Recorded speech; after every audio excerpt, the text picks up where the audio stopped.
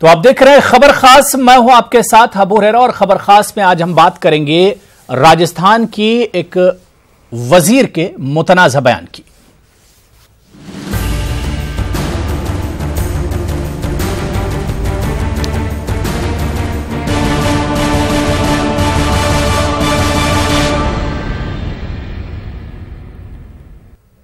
राजस्थान में कांग्रेस ने हर तबके हर समाज के वोट हासिल करते हुए इख्तिदार से बीजेपी को बेदखल किया और हुकूमत बनाने में कामयाब रही। लेकिन जो पार्टी पूरे मुल्क में बीजेपी पर फिरकावाराना सियासत का इल्जाम लगा रही है, क्या उसे यह जेब देता है कि वो किसी मखसूस तबके और समाज की तरक्की की बात करे? कांग्रेस हमेशा बीजेपी के सबके साथ सबके विकास के नारे को ढकोसला करार देती रही है और अब राजस्थान में कांग्रेस की ही वजीर ममता भूपेश पहले अपने समाज यानी एससी एसटी की तरक्की की बात कर रही हैं। उनके मुताबिक अपने समाज की तरक्की के बाद ही वो समाज के दूसरे सेक्टर सोसाइटी की तरक्की पर तवज्जो देंगी।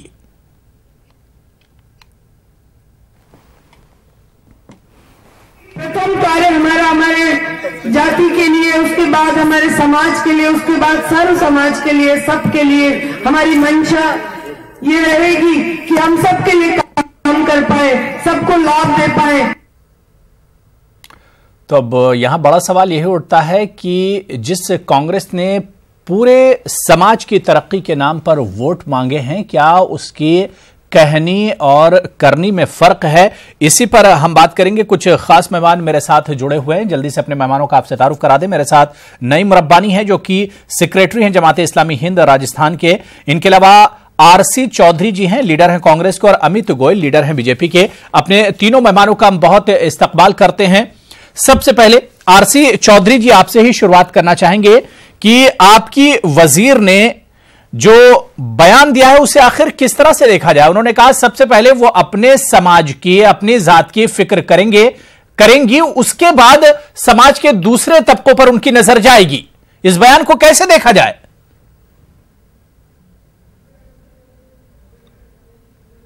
अबू जी, निश्चित रूप से इस राज्य की जो जमहूरियत है, इस जमहूरियत की जो मंत्री हैं, उन्होंने जो बात कही वो नुमाइंदगी करती है महिलाओं की। महिला और बाल विकास कल्याण के मंत्री हैं वो। और जब मंत्रिमंडल का गठन हुआ था तब महिलाओं की चर्चा को लेके तमाम जो विपक्षी दल हैं उन्होंने मुखर होके महिलाओं के प्रतिनिधित्व की बात की थी। ये जो मंत्री है, जब उसका सम्मान समारोह था, उस सम्मान समारोह के अंदर वो उस वर्ग की नुमाइंदगी की अपील करती है, उस वर्ग के लिए कहती है कि महिलाओं की जो आवाज है वो सबसे पहले बुलंद की जाएगी।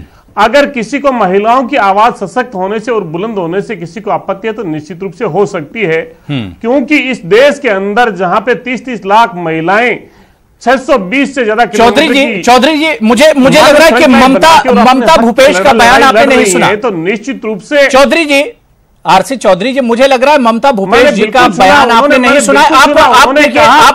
आप डिबेट के शुरू में ही आप गुमराह कर रहे हैं। उन्होंने महिलाओं की बात नहीं की है, उन्होंने अपने समाज की बात की है।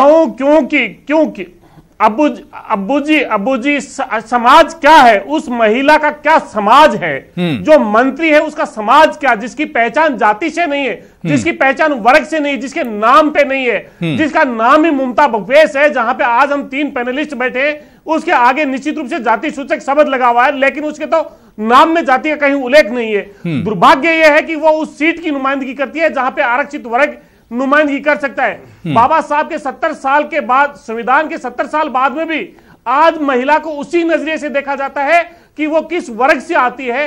ये इस देश के अंदर बड़ा दुर्भाग्यपूर्ण है। वो नुमाइंदगी करती है तमाम महिलाओं की, जहां पे उनका विभाग है, जहां पे उनका मंत्रालय है, और वो उनके सशक्त होने की, उनको मजबूत करने की अगर बात करती है ठेठ देहाती इलाके के अंदर, जहां कस्बे के, ग्रामीण कस्बे के अंदर, तो निश्चित रूप से उन महिलाओं में एक आत्मविश्वास बनने का जो जज्बा माननीय मंत्री जी ने किया है वो काबिले तारीफ होना चाहिए। ठीक है। अमित गोयल जी, आप मुस्कुरा रहे हैं क्योंकि आरसी चौधरी जी ने कहा कि भाई ममता भूपेश ने महिलाओं की बात की है, महिलाओं के सशक्तिकरण की बात की है, उनके डेवलपमेंट की बात की है। असलियत क्या है बीजेपी हमें बताए, आप मुझे बताइए। हुरैरा जी, पहली बात तो बहुत आश्चर्य की बात है, आपने बिल्कुल सही कहा। भाई आरसी चौधरी ने शायद उनका बयान देखा नहीं है, लेकिन देखिए एक बहुत ही घृणित, बहुत ही निंदनीय और बहुत ही शर्मनाक बयान है, लेकिन हमारे लिए आश्चर्यजनक नहीं है। कांग्रेस की विचारधारा है ये जो उनके बयान से इंगित होती है, जाति का साथ जाति का विकास, और भारतीय जनता पार्टी की विचारधारा है सबका साथ सबका विकास। ये कोई पहली बात नहीं है कि कांग्रेस के किसी नेता ने इस तरह का बयान दिया है। चुनाव से पहले कांग्रेस के बड़े कद्दावर नेता हैं राजस्थान के सीपी जोशी जी, उन्होंने भी बयान दिया था। उस बयान में उन्होंने 2 प्रमुख संतों की जाति पूछी थी, साध्वी ऋतंभरा की जाति पूछी थी, उन्होंने उमा भारती जी की जाति पूछी थी। उन्होंने कहा था कि इनको क्या पढ़ने लिखने का ज्ञान, शास्त्रोज्ञान, इनको कहाँ पर इनकी जाति क्या है मालूम करिए। तो उसके बाद राहुल गांधी जी ने ट्वीट किया, ट्वीट करके उन्होंने कहा कि कांग्रेस की संस्कृति के खिलाफ है, उनको माफ़ी मांगनी पड़ी। लेकिन ये जो बयान है वो कांग्रेस की विचारधारा को इंगित करते हैं। भारतीय जनता पार्टी हमेशा से विश्वास करती है कि देश को अगर आगे बढ़ना है, देश को एक सूत्र में जोड़ना पड़ेगा, राष्ट्रीयता को बढ़ावा देना पड़ेगा। और कांग्रेस की विचारधारा यह है कि जातियों को लड़ना पड़ेगा, जातियों को लड़ा के जातियों का उपयोग करके सत्ता हासिल करनी पड़ेगी। तो हमारे लिए ये बयान आश्चर्यजनक नहीं है, लेकिन ये निंदनीय बयान बहुत ज़्यादा है। और मैं समझता हूँ आरसी चौधरी जी को भी उस बयान का बचाव करने के बजाय मान लेना चाहिए था कि निश्चित रूप से बयान निंदनीय है और दोबारा ऐसा नहीं होगा। और ये पहली बार नहीं है। अब देखिए हमारे देश के एक बहुत प्रमुख संत हुए हैं रैदास, रैदास ने कहा था जात जात में जात है जैसे केतन में पात, मतलब केले का जो पत्ता होता है उसके लिए उन्होंने इंगित किया केतन के पात, जात जात में जात है जैसे केतन में पात, रैदास मानस न जुड़ सके, रैदास मानस न जुड़ सके न जात न जात। तो मतलब कहने का मतलब केले के पत्ते को हम छीलते हैं बार बार, या केले के तने को छीलते हैं तो बार बार नया तरह निकलता जाता है। उसी तरह देश को अगर आप जातियों में बांटते रहोगे कुछ नहीं निकलेगा, सिर्फ पत्ते निकलते रहेंगे। तो जातियों में देश को मत बांटिए, देश को एक सूत्र में बांटिए, राष्ट्रीयता के नाम पर जोड़िए। आज आप देखिए कांग्रेस का एक चेहरा और सामने आया है मध्य प्रदेश में। 14 साल से वहां पर वंदे मातरम का गायन होता था साल की हर महीने की 1 तारीख को। और आप ये देखिए राष्ट्रीय गीत है वंदे मातरम, हमने कोई ऐसा गाना नहीं गा रहे थे, राष्ट्रीय गीत गा रहे थे जो एक राष्ट्रीयता का प्रतीक है। और आप इस बात को और देखिए कि 2003 में बीबीसी वर्ल्ड सर्विस ने पूरे विश्व में एक सर्वे किया और उस सर्वे के अंदर श्रेष्ठ 10 गीतों का चयन करना था।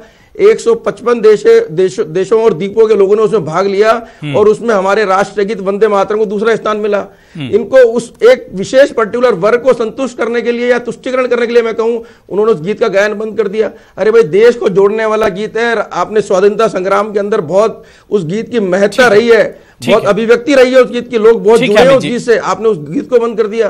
तो मतलब कहने का यह है कांग्रेस सत्ता प्राप्ति के लिए जाति की राजनीति करती है और भारतीय जनता पार्टी सबका साथ सबका विकास की राजनीति करती है। मैं समझता हूं इस बयान के लिए माफी मांग लेनी चाहिए। ठीक है, आरसी चौधरी जी कुछ कमेंट कर रहे हैं, उसके बाद नईम रब्बानी साहब के पास भी मैं आऊंगा। जी चौधरी जी जल्दी से इस पर कमेंट कीजिए। ट्वीट कर दिया कि नुकसान होगा, अब चुनाव निकल गए तो उनका भी ट्वीट नहीं है अभी तक। ठीक है जी। अब्बू जी जो बीजेपी के जो मेरे साथी प्रवक्ता बोल रहे हैं कितना बड़ा दुर्भाग्यपूर्ण है। यही अलवर जिला है, इसी जिले के अंदर इस राज्य की मुख्यमंत्री, इस सूबे की जो मुखिया है वो बैठ के अलग अलग जाति के लोगों से संवाद करती है और जाति के आधार पे लोगों को बुलाया जाता है। और वह आज हमें बता रहे हैं भारतीय जनता पार्टी ने सदैव जिस प्रकार से जो बीजेपी का मेरे प्रवक्ता साथी बोल रहे हैं, ये कह रहे हैं एक वर्ग को निश्चित रूप से उन्होंने जब सत्ता में आने के बाद में 2014 के बाद में विशेष रूप से जहां पे ध्रुवीकरण की जो प्रयास किया है वो अपने अल्फाजों में कर रहे हैं कि एक वर्ग को आखिर इस मुल्क के अंदर कौन लोगों का आप क्या ये टेस्ट करना चाहते हैं कि कौन राष्ट्रवादी है और कौन नहीं है। भारतीय जनता पार्टी के नारे को अगर कोई बुलंद करता तो वो राष्ट्रवादी नजर आता है और नहीं होता तो इन्हें याद होना चाहिए इन्हीं के ही सांसद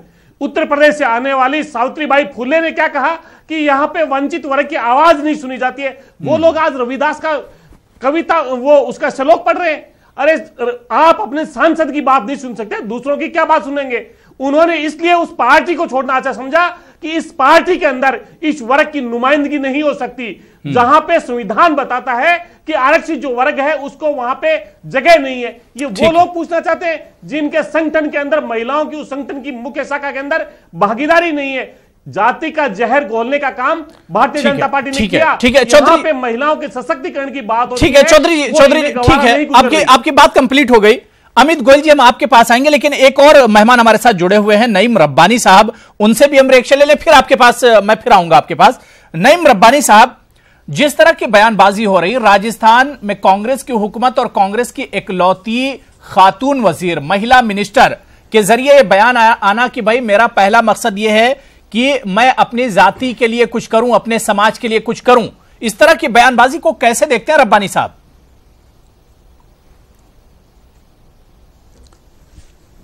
अबू हुरैरा साहब, बात यह है कि ये जो उनका बयान आया है ये संविधान की जो धारा है उसके बिल्कुल विपरीत है।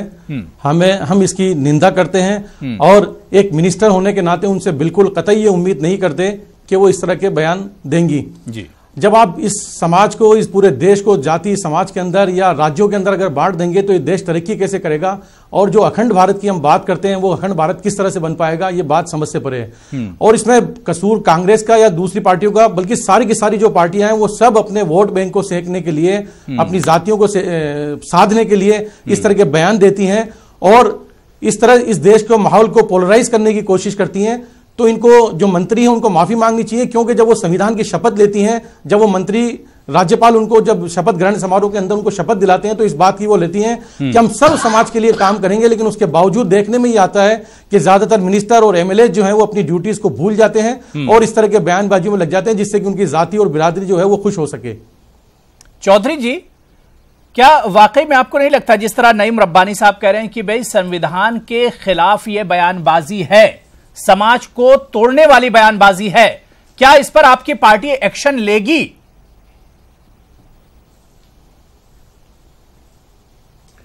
मैं तो ये कहना चाहूंगा कि आखिर इस समाज के अंदर किस प्रकार का एक नजरिया बनाया गया है, ये इस मुल्क की जमहूरियत ने एक चर्चा का विषय बनाया है। उन्होंने इस बीज बोया है। आज जिस मंत्री का आप जिक्र कर रहे हैं उस मंत्री के नाम के आगे कहीं जाति का उल्लेख नहीं है, लेकिन यह संविधान इस देश के अंदर प्रतिनिधित्व के लिए, आरक्षित वर्ग के लिए सीट आरक्षित करता है। ममता भूपेश के आगे कहीं पे अपन 3-4 जो लोग बैठे हैं उसके आगे कहीं ना कहीं एक वर्ग की नुमाइंदगी, किसी जाति की नुमाइंदगी करते हुए नाम के आगे नजर आते हैं, रब्बानी हो, गोयल साहब हो, चाहे चौधरी साहब हो। लेकिन वो जो मंत्री महिलाओं को सशक्तिकरण की बात करती है उसको किस नजरिए से पेश किया जा रहा है? ये वो लोग हैं जिन्हें बाबा साहब के संविधान में भी आस्था नहीं है, जिन्होंने बाबा साहब के संविधान को भी उन्होंने कहा नहीं था कि इस मुल्क के अंदर बाबा साहब के संविधान की क्या जरूरत है। यहां पर सब जो है वो दूसरा संविधान पहले से जो चल रहा है, लेकिन चौधरी बात करते हैं वो लोग हैं। चौधरी जी, मुझे तो आपके बयान पर भी आश्चर्य हो रहा है, हैरत हो रही है कि आप जो बयान ममता जी ने दिया उस बयान को भी आप मानने को तैयार नहीं है। जो उनका बयान सोशल मीडिया पर वायरल हो रहा है उस बयान को चौधरी जी आप नहीं मान रहे, कम से कम उस सोशल मीडिया पे जी। मैं देखिए यहां पे एक ट्रोल फैक्ट्री है, यहां पे एक मीडिया की ट्रोल फैक्ट्री है, एक व्हाट्सएप की ट्रोल फैक्ट्री है जिसके अंदर नेहरू जी को अपनी बहन के साथ में, अपनी बुआ के साथ, भतीजी के साथ में किस प्रकार से अश्लील तस्वीरों की तरफ से दिखाया जाता है। उन्होंने किसी का भी चरित्र हरण में कोई कमी नहीं रखी, लेकिन आज सोशल मीडिया पे जितने भी जो लोग ट्रोल फैक्ट्री है उसकी सत्य पे जाके वो जरूर जांच करते हैं। ममता भूपेश जिसने अपने जीवन के अंदर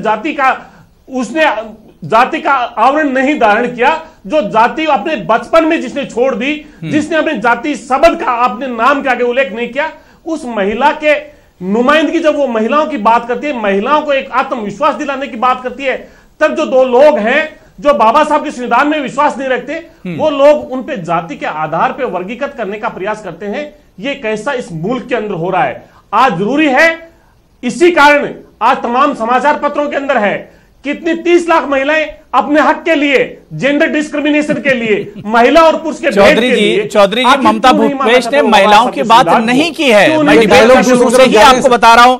अमित गोयल जी, वो कहती है मैं जिस जाति से, वह जाति, उसकी जाति महिला है, वो महिला है अपने आप को। अगर उसने कहा उसकी जाति बताइए, अगर उसने अपने शब्द के अंदर, स्पीच के अंदर कहीं जाति का बूझी उल्लेख किया हो तो आप बताइए। आखिर ममता भूपेश की जाति का आपको पता कैसे चलता है? क्योंकि वो शिकायत से आती है। शिकायत विधानसभा सीट है जो आरक्षित बात तो बयान की चल रही है, बयान की निंदा की जानी चाहिए। करते तो ममता भूपेश की नुमाइंदगी नहीं होती, लेकिन ममता भूपेश के जीवन के व्यक्तित्व के अंदर कहीं जाति भारी नहीं है, वो उस वर्ग। ठीक है अमित गोयल जी, बीजेपी का नारा कि सबका साथ सबका विकास, कांग्रेस इस नारे पर खूब हल्ला मचाती थी। अब कांग्रेस की मंत्री खुद सबसे पहले अपनी जात पर ध्यान दे रही, फोकस कर रही हैं।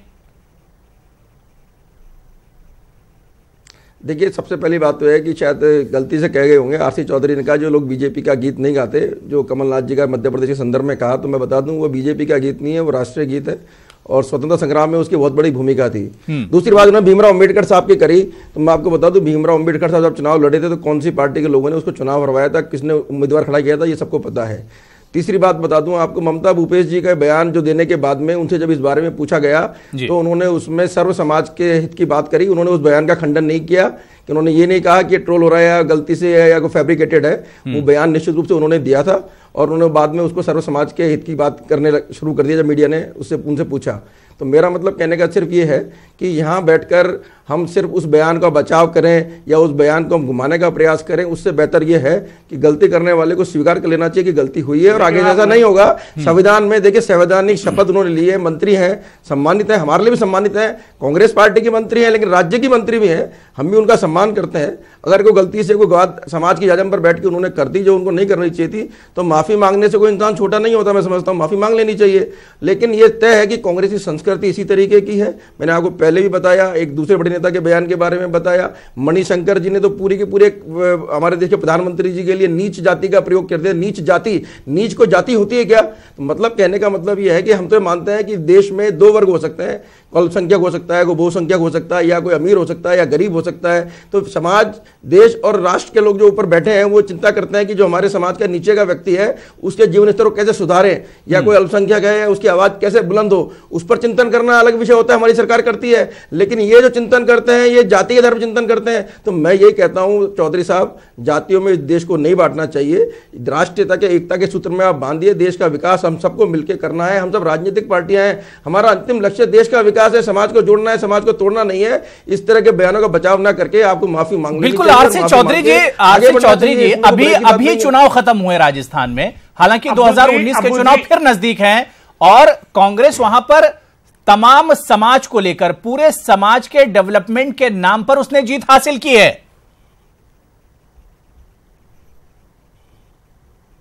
अब्बू जी, इस देश के अंदर जो संविधान के रक्षक हैं, जो इस प्रदेश से और इस मुल्क की जनता की हिफाजत के लिए जो संसद के अंदर बैठे हैं, वो लोग जिस प्रकार का बयान देते हैं और देश के प्रधानमंत्री जी मौन रहते हैं। देश के प्रधानमंत्री जी कहते हैं कि जो मुद्दा है उसका कानूनी प्रक्रिया के तहत चल रहा है, वो दबाव बनाते हैं कि अध्यादेश लाना पड़ेगा वरना खून खोल उठेगा। आखिर ये किस खून खोलने की बात करते हैं, ये किस वर्ग में बांटने की बात करते हैं? इस मुल्क के अंदर का अगर कोई लोग हैं तो वो सब इस भारत के नागरिक है। अगर मेरा नजरिया अगर कहीं पे है तो इस मंच पे बैठे हुए हमारे जो तीनों पैनलिस्ट हैं वो इस मुल्क के नागरिक हैं। हर लोगों की अपनी अपनी एक आस्था का तरीका होता है, किस प्रकार से वो पूजन करते हैं, किस प्रकार से नहीं करते। और ये पाठ वो पढ़ा रहे हैं जो इस राज्य के अंदर, जो ये कहते थे कि एसएमएस के अंदर जाइए, बीजेपी के कार्यकर्ता को प्राथमिकता और वीआईपी का ट्रीटमेंट मिलेगा और आम जनता वहां पे तड़प तड़प के इमरजेंसी के गेट पे मरती रहेगी। इस राज्य की भारतीय जनता पार्टी के चिकित्सा मंत्री का बयान था। उन्होंने जिस प्रकार से जो बांटने का एक काम किया था, किस प्रकार से जो बांटने का काम किया, तो वही बांटने का काम तो अब आपकी सरकार में हो रहा है। को जब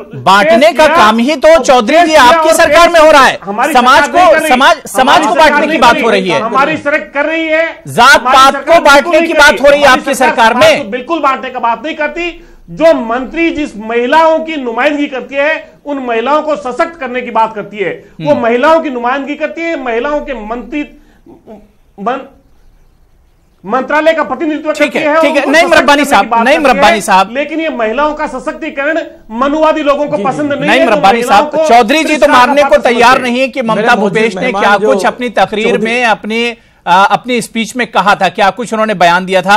वो पूरे बयान को तोड़ मरोड़ कर पेश कर रहे हैं कि भाई उन्होंने महिलाओं की सशक्तिकरण के लिए और ताकत के लिए और डेवलपमेंट के लिए बयान दिया था। लेकिन क्या इस तरह के बयानात, नईम रब्बानी साहब, समाज के लिए खतरा नहीं है? समाज को तोड़ने की बात की जा रही है। जी, मैं ये अर्ज कर रहा हूं कि जो मेरे मौजूद आरसी चौधरी साहब ने जो बात कही है उसको डाइवर्ट करने की कोशिश की जा रही है। असल बात यह कि जब उनका बयान आप सुनेंगे तो उसमें बात वो इसी बात से करती है कि मेरी जाति मेरे लिए सबसे पहले रहेगी, उसके बाद सर्व समाज की बात करती हैं। हमारा यह कहना है कि जो संविधान की जो धारा हमारी कहती है या संविधान जो हमें कहता है वो ये कि हम सबको साथ लेकर के चलेंगे, इसमें किसी के साथ कोई डिस्क्रिमिनेशन नहीं किया जाएगा। उसमें महिलाओं की बात तो है ही नहीं, वो तो अपनी जाति की बात कर रही है। बिल्कुल चौधरी जी, उसमें महिलाओं की बात नहीं, आप ये क्यों नहीं मान रहे? भाई कम से कम निंदा कीजिए, कम से कम मजम्मत कीजिए। ममता भूपेश जी के बयान की मजम्मत होनी चाहिए। ठीक है, आप भी कार्रवाई मत कीजिए। अगर दूसरी पार्टियां दिया है तो दूसरी पार्टियां चलिए उनको माफी कार्रवाई नहीं करते हैं ताकि कोई दूसरा मिनिस्टर या एमएलए इस तरह की बात ना कर सके। चौधरी जी, पूछना चाहता हूं, आखिर जो जाति की जो बात कर रहे हैं उन्हें कैसा पता चला कि वो किस जाति की नुमाइंदगी करती है? ना उसके नाम के आगे जाति का उल्लेख है, ना वो अपने शब्दों में जाति का जिक्र करती है। किसी जाति की तो है वो मानसिकता उन लोगों की बन चुकी है जो एक वंचित वर्ग की बेटी को इस जमहूरियत के अंदर नहीं देखना चाहते, उसके प्रतिनिधित्व को स्वीकार नहीं करना चाहे। उन लोग प्रश्न उठा रहे हैं। आखिर मैं तमाम पैनलिस्ट जो बैठे हैं, आप बैठे हो, आखिर कैसे लगा कि ममता भूपेश किस जाति की नुमाइंदगी करती है? उन्होंने कहा कि मैं मेरी जाति को जो आरक्षित सीट है, इसलिए अब टाइम कम बचा है। गोयल जी, अमित गोयल जी आरक्षित सीट से शिकाय से आती है। वो अमित गोयल जी, क्या पॉलिटिक्स में महिलाओं की बात नहीं की है? महिलाओं की तो बात ही नहीं की, उन्होंने सबसे पहले अपनी जाति के लिए कहा है। बिल्कुल, कौन सी जाति का नाम लिया? नहीं, देखिए टाइम में बचा है। आखिरी कमेंट अमित जी से ले लेते हैं। अमित गोयल जी चौधरी बात पूरी होगी। अमित गोयल जी का आखिरी कमेंट आपसे लेंगे। क्या पॉलिटिक्स में ट्रेंड बन गया है, एक चलन बन गया कि भाई इस तरह के मुतनाज़ा बयानात आते हैं और उस पर कोई कार्रवाई नहीं होती है, कोई उसकी निंदा नहीं होती है? महिलाओं की नुमाइंदगी की बात नहीं करते हैं। राजस्थान में सिर्फ एक महिला को मंत्री बनाया इन्होंने, तो मैं कह रहा हूं कांग्रेस चौधरी की बात आपकी पूरी हो गई। चौधरी जी, न इनका चाल है, न इनका चरित्र है, न इनका संकट है। अब इनके पास जवाब नहीं है तो डिबेट को बाधित करने का प्रयास कर रहे हैं। ठीक है चौधरी, बाधित करने का प्रयास हो रहा है। इनके पास जवाब नहीं है। जिस बयान की निंदा की जानी चाहिए उस पर सफाई देने के बजाय उसको होल्ड करने का प्रयास कर रहे हैं। ठीक है। अमित गोयल जी एक आखिरी में क्या सियासत में, क्या पॉलिटिक्स में ये ट्रेंड बन गया है कि भाई चाहे बीजेपी हो, कांग्रेस हो, कोई भी पार्टी हो, इस तरह के लीडरान बयान देते हैं और उस पर कार्रवाई नहीं होती, जिसकी वजह से इस तरह की बयानबाजी बढ़ती रहती है? बहुत मुख्तसर में जवाब दीजिए, फिर हम वाइंड अप करेंगे। देखिए मैं कह रहा हूं हमारा अरे मैं आपको जवाब देता हूं। देखिए हमारा तो एक छोटा सा संत कबीर ने चौधरी साहब सुनिए, दीजिए एक छोटा सा कमेंट जा रहे हैं, सुनिए। अरे आप सुनिए, चिल्लाने से नहीं होता, चिल्लाने से नहीं होगा भैया। नहीं, बिल्कुल जाहिर सी बात है कि इस तरह के बयानों पर मजम्मत की जानी चाहिए, इस तरह के बयानों पर लगाम लगनी चाहिए, और लगाम जब भी लगेगी जब पार्टियां अपने इस तरह के मुतनाज़ा लीडरान पर, मुतनाज़ा लीडरान के मुतनाज़ा बयानात पर जब कार्रवाई करेंगी और सख्त कदम उठाया जाना चाहिए, क्योंकि इस तरह के बयानात दस्तूर के खिलाफ हैं, आइन के खिलाफ हैं, और इस पर सख्त कदम उठाने की जरूरत है। बहुत बहुत शुक्रिया नईम रब्बानी साहब, अमित गोयल जी और आरसी चौधरी जी मेरे साथ खबर खास में जुड़ने के लिए। आदाब।